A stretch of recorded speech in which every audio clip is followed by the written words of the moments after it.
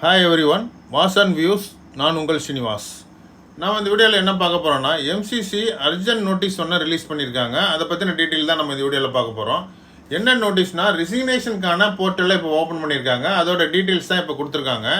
அதாவது MCC in receipt of request from the PG candidates for resignation of round 1 seats allotted through எம்சிசிலேருந்து நமக்கு all India கவுன்சிலிங்கில் round 1ல் நமக்கு allot ஆன சீட்ஸை நம்ம ரிசைன் பண்ணுறதுக்கான ரெக்வஸ்ட்டை பிஜி கேண்டிடேட்லேருந்து வந்ததுனால அதுக்கான ஷெட்யூலை இப்போ ரிலீஸ் பண்ணியிருக்காங்க.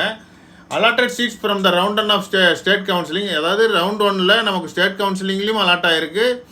ஆல்ரெடி நம்ம ஒரு சீட் ரவுண்ட் 1ல் கிடச்சி அந்த சீட்டில் நம்ம ஜாயின் பண்ணியிருக்கோம் எம்சிசி மூலிமா. அப்படின்னா அந்த சீட்டை நம்ம ஃபஸ்ட்டு ரெசிக்னேஷன் பண்ணிவிட்டு அதுக்கப்புறம் தான் நம்மளோட சீட்டில் வந்து நம்ம ஜாயின் பண்ணணும்.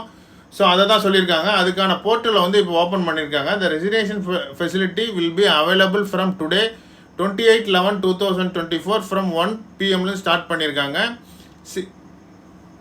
எப்போனா 3/12/2024 6 PM நமக்கான ரெசிக்னேஷனை சப்மிட் பண்ணலாம். அது ஒரு ஆன்லைன் மோடில் தான் நம்ம ரெசிக்னேஷனை நம்ம சப்மிட் பண்ணணும். ஸோ இந்த ரெசிக்னேஷனை நம்ம சப்மிட் பண்ணிட்டு தான் நம்ம ஸ்டேட் கவுன்சிலிங்கில் நம்ம பார்ட்டிசிபேட் பண்ணலாம். ஏன்னா ஸ்டேட் கவுன்சிலிங்கோட டேட் வந்து 4/12/2024 வரைக்கும் இருக்குது நம்ம தமிழ்நாடு ஸ்டேட்டை பொறுத்த வரைக்கும்.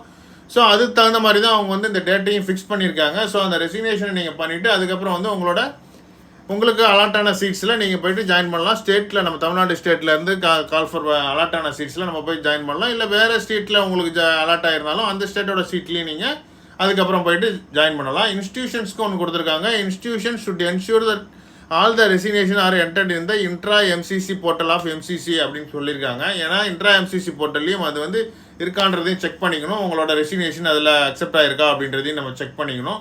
ஏன்னா நம்ம இல்லைனா நம்மளோட சீட்டை வந்து நல் பண்ணிவிடுவாங்க அப்படின்னு சொல்லியிருக்காங்க. ஸோ அதை அவாய்ட் பண்ணுறதுக்காக வேண்டி நம்ம ஃபஸ்ட்டு ரெசிக்னேஷன் பண்ணணும். ரெசிக்னேஷன் பண்ணிவிட்டு நமக்கு ஸ்டேட் கவுன்சிலிங்கில் நமக்கு அலாட்டான சீட்ஸில் போய்ட்டு நம்ம ஜாயின் பண்ணணும். ஸோ இந்த அர்ஜென்ட் நோட்டீஸ் தான் இப்போ ரிலீஸ் பண்ணியிருக்காங்க. இதில் இம்பார்ட்டண்டான இன்ஃபர்மேஷன் என்னன்னா, ரெசிக்னேஷனோட டேட் வந்து 28/11/2024 இன்னிலேருந்து ஸ்டார்ட் ஆகிருக்கு. இது 3/12/2024 நீங்கள் ரெசிக்னேஷனுக்கான போர்ட்டலில் நீங்கள் கிளிக் பண்ணி நீங்கள் உங்களோட ரெசிக்னேஷனை நீங்கள் சப்மிட் பண்ணலாம். ஸோ இந்த வீடியோவில் நம்ம அர்ஜென்ட் நோட்டீஸ் பற்றின ஒரு இன்ஃபர்மேஷன் நான் கொடுத்துருந்தோம். ஸோ இந்த வீடியோ உங்களுக்கு பிடிச்சிருந்ததுன்னா லைக் பண்ணுங்கள்.